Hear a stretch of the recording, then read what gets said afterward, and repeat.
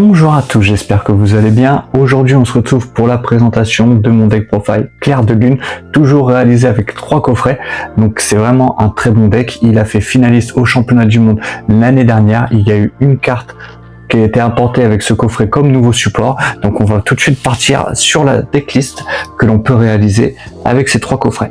Donc on va commencer avec le meilleur monstre du deck. Donc on va jouer 3 lions dorés Clair de Lune qui elle nous permet tuto puis de défausser une carte Clair de Lune. Donc du coup c'est vraiment très très fort pour démarrer nos combos. On va jouer 2 chiennes de meute. Cette carte là pareil qui va vraiment avoir un très bon effet de pouvoir negate une magie piège dans le cimetière. Derrière on va jouer 2 poussins Kaleido. Je vais pas trop m'attarder sur les anciennes cartes comme le poussin, je l'avais déjà expliqué dans l'archétype, dans la présentation de l'archétype Clair de Lune qui était sorti il y a maintenant 3 semaines. Mais cette carte là nous permet de défausser un monstre soit depuis l'extra deck soit depuis notre main pour prendre le nom du deck. Donc c'est vraiment très très fort pour pouvoir sortir nos fusions après. Derrière 2 moutons noirs Clair de Lune qui lui va surtout nous permettre de se défausser depuis la main pour aller tuto une magie Clair de Lune. Et derrière on va jouer 2 tigres écarlates. Je vais vous en dire une parce que c'est une toute nouvelle carte celle-là.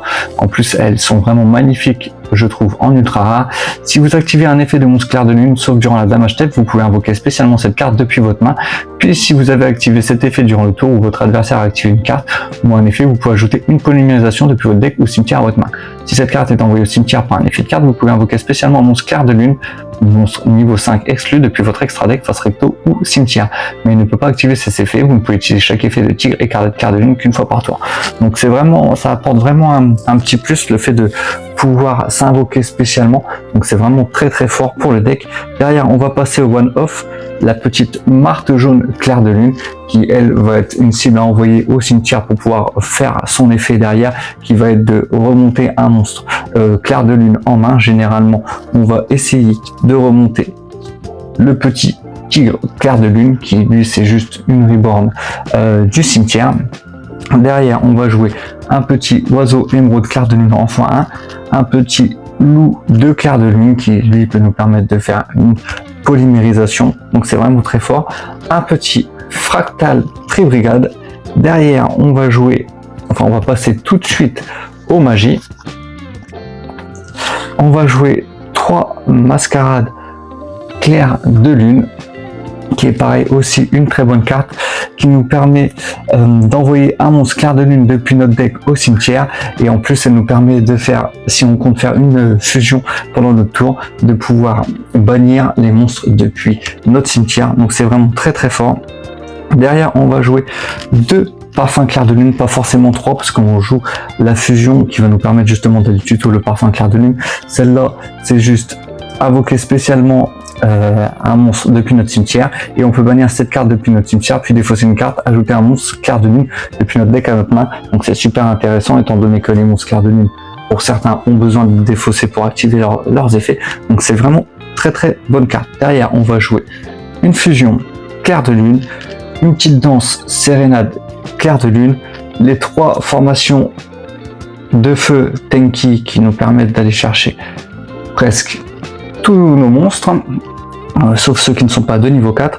On va jouer 2 objets de sacrifice inutile, un petit sacrifice inutile qui lui pareil nous sert surtout de starter et bien sûr une polymérisation. Donc voilà pour tout ce qu'on va jouer dans le corps du deck, le reste étant que d'entrap. J'ai mis d'entrap assez classique. Donc on va jouer 3 floraisons de cendres et jouer printemps, 3 impermes, 2 luberlus et un petit appelé par la tombe. Alors bien sûr dans le coffret il y a des Fuvalus, vous pouvez bien sûr les mettre, mais là en tout cas moi je fais un deck budget réalisé avec le coffret, donc pour moi c'est les entraps les plus passe-partout, d'autant plus que j'ai déjà mis les Fuvalus dans les autres decks. Donc je vous avoue je voulais pas changer les entraps, mais vous pouvez totalement les mettre, d'ailleurs je pense qu'il faut les mettre. On va passer tout de suite à l'extra deck. Donc on va jouer 2 livres danseuses de Clair de Lune qui lui est vraiment le boss monster du deck, inaffecté par les effets de cartes, donc c'est vraiment très très fort et en plus elle nous permet de faire Raigeki sur le terrain adverse, donc c'est vraiment très fort. Le lion danseur, on va en jouer 2 qui est surtout utilisé pour envoyer au cimetière. Donc avec le poussin Kalido pour prendre son nom, sinon c'est une machine AOTK.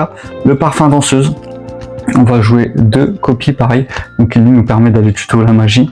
Derrière un petit chat danseur de clair de lune, une petite panthère, ça c'est des one-off fusion qui nous servaient beaucoup avant qu'il y ait le support. Maintenant on s'en sert beaucoup moins.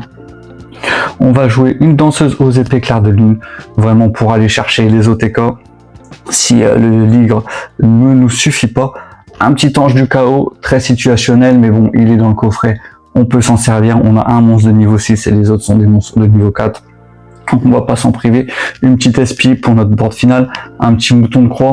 Si jamais on n'a pas suffisamment de nos fusions pour OTK, un petit access codeur bavard, une petite Nirla entité éloignée et un confrérie du point de feu, donc qui est juste vraiment magnifique en secret. Donc voilà pour ce petit deck. Honnêtement, on va pas se le cacher, je pense que c'est le meilleur du coffret, c'est celui qui a le plus de potentiel. Il est vraiment très très fort. En plus, on peut jouer quand même des end-traps qui sont assez intéressantes dans ce deck. Donc pour moi, si vous commencez le compétitif, c'est vers ce deck là qu'il faut commencer à jouer. Voilà. Écoutez, j'espère que cette petite vidéo vous aura plu. Le défi des 700 abonnés est toujours en cours, même si je vous avoue qu'on rame un petit peu.